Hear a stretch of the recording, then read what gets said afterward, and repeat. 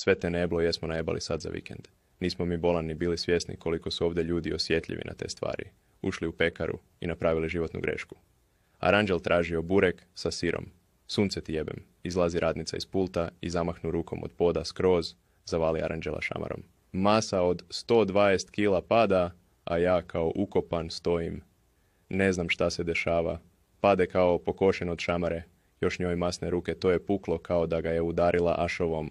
A njegov tip je sisata, mrka kontam, kreten joj nešto dobacio, nisam imao pojma da je zbog jebene pite. Ustade on, ljulja se, a ja još veći idiot. Kaže meni šta ćeš ti, a ja pogubljen. Kažem daj meni jedan burek s tunjevinom, ja postim. Kad čuješ radnicu iza pulta, kaže Stojane, dođi ovamo da vidiš, ovakvog još nismo imali. Ide Stojan odatle sa onom limenom pekarskom lopatom što s njom vadi one pite iz rerne i tu ja više ništa ne znam. Aranđel mi je ispričao šta se desilo. Ja ne znam ništa. Sljedeće čega se sjećam nakon pekare je da sam se probudio kod kuće. Boli čelo, boli nos, vilica ukočena, kao da sam moždani udar imao. Ma haos je to bio.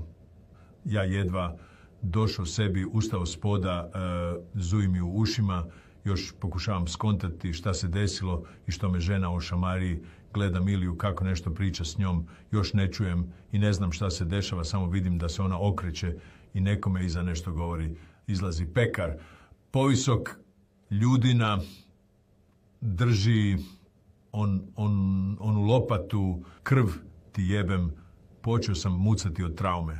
Kad je on onom lopatom zamahnuo, složi Iliju po pola, face ovaj pada kao letva, zveknu glava od pod, faca se oslikala na lopati, ka nos i čelo se vide u onom limu, savila se oko glave, jedva sam ja skinuo onu lopatu s njega, ko šljem sa nekog viteza da sam skidao. Stoji pekar, Stojan se zove ako se ne varam, drži onu dršku od lopate u ruci i govori meni, ajde nosi ovog idiota napolje, i ako vas još jednom vidim ovdje, jebaću vam mater obojici.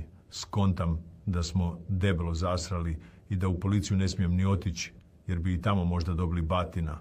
Pokupim Iliju i kući. Naveče smo uz pivo sjedili i smijali se. Pa jebote kolač, kakvi smo mi idioti. Sve u svemu, zaključak cijele situacije je da je burek sa mesom i da se sa sirom ne smije tražiti, jer se ljudi na to opasno vrijeđaju. I nekako to sa sirom na to se vrijeđaju, ali postoji sirnica i riješen problem. Ovo sranje s tunjevinom ne postoji. Druže na to se ne vrijeđaju, zato su spremni da te ubiju. Sunce te ne jeblo da te ne jeblo. Savjet svima je, ne tražite burek ni sa čim, samo burek i to je to.